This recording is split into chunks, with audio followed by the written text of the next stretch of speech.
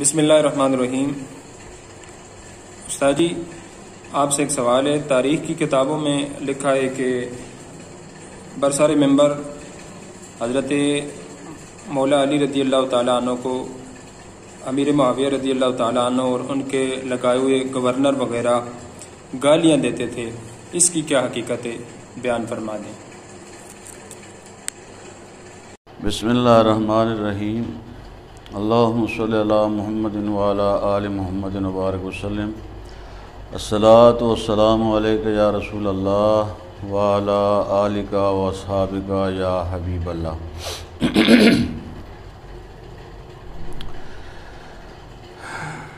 محترم، یہ جو سوال ہے یہ اکثر روافض اور شیعہ کی طرف سے اٹھایا جاتا ہے، اور یہ باتیں جو ہیں اکثر نصوص کے خلاف ہیں۔ پہلی بات تو یہ ہے کہ قرآن پاک میں اللہ تبارک و تعالی نے فرمایا ہے وَاعْتَصِمُوا بِحَبْلِ اللَّهِ جَمِيعًا وَلَا تَفَرَّقُوا، اللہ کی رسی کو اکٹھے ہو کر مضبوطی سے تھام لو، وَلَا تَفَرَّقُوا، اور پھوٹ نہ ڈالو، یہ حکم ہے۔ تو اب حبل اللہ یا تو قرآن پاک ہے، حبل اللہ رسول اللہ کی ذات ہیں، یا قرآن پاک ہے۔ حکم یہ ہے کہ اللہ کی کتاب قرآن پاک کو اور رسول اللہ کی ذات کو مضبوطی سے تھام لو۔ اسی آیت مبارکہ میں یہ آیا ہے کہ اذ کنتم اعداء فالف بین قلوبکم، فرمایا نبی پاک صلی اللہ تعالیٰ علیہ وسلم کے اعلان نبوت سے پہلے تمہارے اندر دشمنیاں تھیں، عداوتیں تھیں، لڑائیاں تھیں، جھگڑے تھے اور فتنہ و فساد تھا۔ جب حضور آ گئے تو پھر اللہ تبارک و تعالی نے نبی پاک صلی اللہ تعالیٰ علیہ وسلم کے ذریعہ سے ان کے دلوں میں محبت بھر دی۔ اسی کو اللہ تعالیٰ نے فرمایا اذ کنتم اعداء فالف بین قلوبکم فاصبحتم بنعمتہ اخوانا، پھر تم اس نعمت مصطفیٰ کے ذریعے بھائی بھائی بن گئے۔ تو معلوم ہوا تمام صحابہ کرام نبی پاک صلی اللہ تعالیٰ علیہ وسلم کی وجہ سے آپس میں بھائی بھائی ہوئے۔ اور پھر یہ بھی فرمایا وَكُنْتُمْ عَلَىٰ شَفَا حُفْرَةٍ مِّنَ النَّارِ فَأَنْقَذَكُم مِّنْهَا، فرمایا تم جہنم کے بالکل گڑھے کے کنارے پہنچ گئے تھے اور اللہ تعالیٰ نے تمہیں نکال لیا۔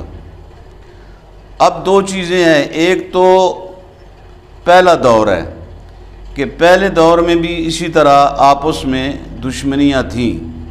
نبی پاک صلی اللہ تعالیٰ علیہ وسلم کے زمانہ پاک میں بھی بعض قبائل میں آپس میں لڑائی ہو جاتی اور حضور علیہ الصلوۃ والسلام صلح کے لیے جاتے، ان کی صلح فرماتے۔ اور یہ ایک فطری چیز ہے کہ بسا اوقات دلوں میں ایک ایسی چیز پیدا ہو جاتی ہے جس سے لڑائیاں شروع ہو جاتی ہیں۔ اب یہ کہنا کہ امیر معاویہ صاحب یا ان کے گورنر، یہ تاریخی حوالے ہیں کہ ممبروں پر بیٹھ کے گالیاں دیا کرتے تھے۔ تو اب یہ تاریخی حوالے ہیں، کیا گالی دیتے تھے یہ کچھ پتہ نہیں۔ بسا اوقات ایسے بھی ہوتا ہے جیسے آج کل ہمارے ہاں فرقہ پرستی میں ایک فرقے والا دوسرے فرقے پر تنقید کرتا ہے تو وہ فرقے والا اس کو گالی تصور کرتا ہے۔ ہو سکتا ہے وہ چونکہ اجتہادی لڑائی تھی تو اس میں کچھ ایسی باتیں ہوئی ہوں، مگر یہ ساری چیزیں کفر نہیں ہیں۔ اگر یہ کفر ہوتا تو پھر استغفر اللہ آج تک کسی عالم نے، خاص کر اہل سنت و جماعت نے، اہل سنت و جماعت کے کسی عالم نے امیر معاویہ صاحب پر کفر کا فتویٰ نہیں دیا اور نہ ہی ان کی صحابیت کی نفی کی ہے۔ تو امیر معاویہ صاحب ایماندار بھی تھے اور صحابی بھی تھے، اور میں تو حیران ہوں کہ نبی پاک صلی اللہ تعالیٰ علیہ وسلم کے صحابہ جو ہیں یہ پہلے اس امت کے مسلمان ہیں اور پہلے ایماندار ہیں۔ ہم لوگ تو بعد میں ایمان لائے اور بعد میں مومن بنے۔ سب سے پہلے قرآن کے نزول کے وقت جو مسلمان تھے وہ صحابہ اکرام تھے، اور جو ایماندار ہے اور صحابی بھی ہے ان کے متعلق یقینی طور پر کہا جا سکتا ہے کہ وہ جنتی ہیں۔ رہ گئی یہ بات کہ ان کے دلوں میں ایک دوسرے سے کوئی کدورت وغیرہ یا کوئی خفقی وغیرہ یا کوئی ناراضگی وغیرہ یا کوئی کینہ، حسد، بغض تھا۔ اولاً تو یہ ممکن نہیں ہے۔ اگر مان لیا جائے تو قرآن پاک کی نص میں ہے کہ ان المتقین فی جنات و عیون، یہ جو شرک و کفر سے بچنے والے لوگ ہیں ان کو اللہ تعالیٰ جنت میں اور جنت کے چشموں میں داخل فرمائے گا۔ ادخلوا بسلام آمنین، فرمایا اس میں داخل ہوں گے سلامتی کے ساتھ، امن کے ساتھ۔ اور پھر اللہ تبارک و تعالیٰ نے فرمایا بنزعنا ما فی صدورہم من غل، فرمایا ان کے دلوں میں ایک دوسرے سے جو ناراضگیاں تھیں ان کو اللہ تبارک و تعالیٰ جنت میں داخل کرنے سے پہلے نکال لیں گے۔ وہ خفقیاں، ناراضگیاں، کینہ، بغض، جو کچھ بھی آپس میں ان کا تھا اس کو نکال لیا جائے گا۔ جنتی کے دلوں سے ان چیزوں کو نکال لیا جائے گا۔ من غلن، غلن یہ کسی بھی لوگوں کی کتاب میں کفر پر نہیں بولا جاتا۔ کینہ ہے، خفقی ہے، ناراضگی ہے، ان چیزوں پر بولا جاتا ہے غل۔ تو اللہ تبارک و تعالیٰ ان چیزوں کو جنت میں داخل کرنے سے پہلے نکال لیں گے۔ وَنَزَعْنَا مَا فِي صُدُورِهِم مِّن غِلٍّ إِخْوَانًا، فرمایا وہ آپس میں بھائی بھائی ہو جائیں گے۔ اور پھر عَلَىٰ سُرُرٍ مُتَقَابِلِينَ، فرمایا وہ خوشی کے ساتھ مسرور ہو کر جنت میں متقابلین ایک دوسرے کا آمنا سامنا کریں گے، ملاقات کریں گے اور خوش ہوں گے ایک دوسرے کو دیکھ کر۔ لا یمسہم فیہا نصب وما ہم منہا بمخرجین، اللہ تبارک و تعالیٰ نے فرمایا ان کو کسی قسم کی کوئی تکلیف نہیں ہوگی، کوئی پریشانی نہیں ہوگی، اور نہ ہی وہ اس جنت سے نکالے جائیں گے۔ اب قرآن کی نص میں یہ ہے کہ اگر ان کی خفقیاں تھیں، جیسا کہ سیدنا ابو بکر صدیق رضی اللہ تعالیٰ عنہ کے متعلق بھی پروپگنڈا کیا جاتا ہے کہ ان کے دل میں بھی، یا سیدہ پاک ان کے دل میں کچھ اس طرح کی رنجشیں تھیں خلفاء راشدین کے متعلق، حضرت فاروق اعظم رضی اللہ تعالیٰ عنہ کے متعلق، حضرت سیدنا ابو بکر صدیق رضی اللہ تعالیٰ عنہ کے متعلق، یا کچھ اور صحابہ کرام، تو ان کے متعلق ان کے دلوں میں کچھ رنجشیں تھیں۔ اللہ فرماتا ہے میں جنت میں داخل کرنے سے پہلے ان کے دلوں سے یہ نکال دوں گا اور وہ آپس میں بھائی بھائی بن کے جنت میں داخل ہوں گے۔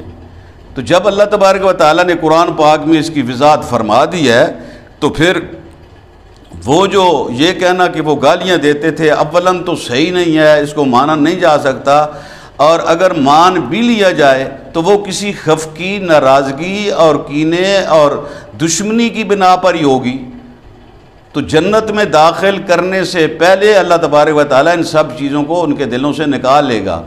تو جب میں تو حیران ہوں، اگر اللہ تبارک و تعالیٰ نے حضرت امیر معاویہ رضی اللہ تعالیٰ عنہ اور حضرت علی رضی اللہ تعالیٰ عنہ، جیسا کہ یہ شیعہ لوگ یا روافض لوگ کہتے ہیں، اور یہ تو کفر تک چلے جاتے ہیں کہ امیر معاویہ صاحب نعوذ باللہ من ذالک کافر ہو گئے تھے، تو یہ ناراضگی اگر اللہ تبارک و تعالیٰ نے نکال کے ان کو بھائی بھائی کر دیا اور جنت میں ایک جگہ جمع کر دیا، تو بتاؤ یہ کفر کے فتوے دینے والے آج جو ان کے خلاف باتیں کرنے والے ہیں یہ کہاں جائیں گے؟ اگر ان سے پوچھ لیا گیا کہ تمہیں کیا پڑی تھی، تم نے کیوں ایسا کیا، تم اتنا بعد میں آ کر کے ایسی باتیں کیوں کرتے رہے ہو، اور جب ان کو خوش باش آپس میں ملتے دیکھیں گے اور ملاقات کرتے دیکھیں گے اور خوشی میں ایک دوسرے کے ساتھ بیٹھیں گے، آمنے سامنے بیٹھیں گے خوش ہو کر کے، تو اس وقت ان لوگوں سے پوچھو تمہارا کیا حال ہوگا۔ آج جو بی بی پاک ان کے متعلق بھی جو کچھ کہا جاتا ہے اور جو کچھ کہا جا رہا ہے، یہ بالکل سراسر قرآن پاک کے خلاف اور قرآن پاک کی نصوص کے خلاف ہے۔ ایسا کرنا ایک مسلمان کے لیے بہتر نہیں ہے۔ اللہ تبارک و تعالیٰ سمجھ عطا فرمائے۔